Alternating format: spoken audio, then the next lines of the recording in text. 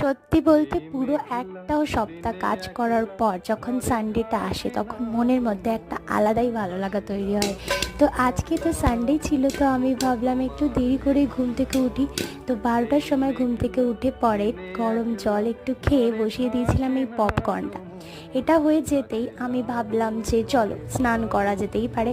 তো ঘড়িটা এখন বাজে প্রায় 1:24 আর আমি বেরিয়ে গেলাম স্নান করতে। যখন বাইরে যাচ্ছিলাম দেখলাম ওয়েদারটা খুবই সুন্দর।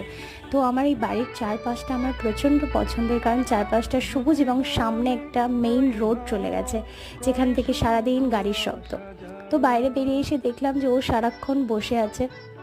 আমি তারপর ভাবলাম যে একটু খাওয়া দাওয়া করা যাবে, লাঞ্চটা কমপ্লিট করে ওকেও কিছু ভাত দিলাম আর ও খেলো। খাওয়া দাওয়া করার পরেই আমি ভাবলাম একটু পড়াশোনা করা যেতেই পারে। তো আমি একটু পড়তে বসতেই না দেখলাম যে ওয়েদারটা পুরো চেঞ্জ হয়ে গেছে এবং সঙ্গে সঙ্গে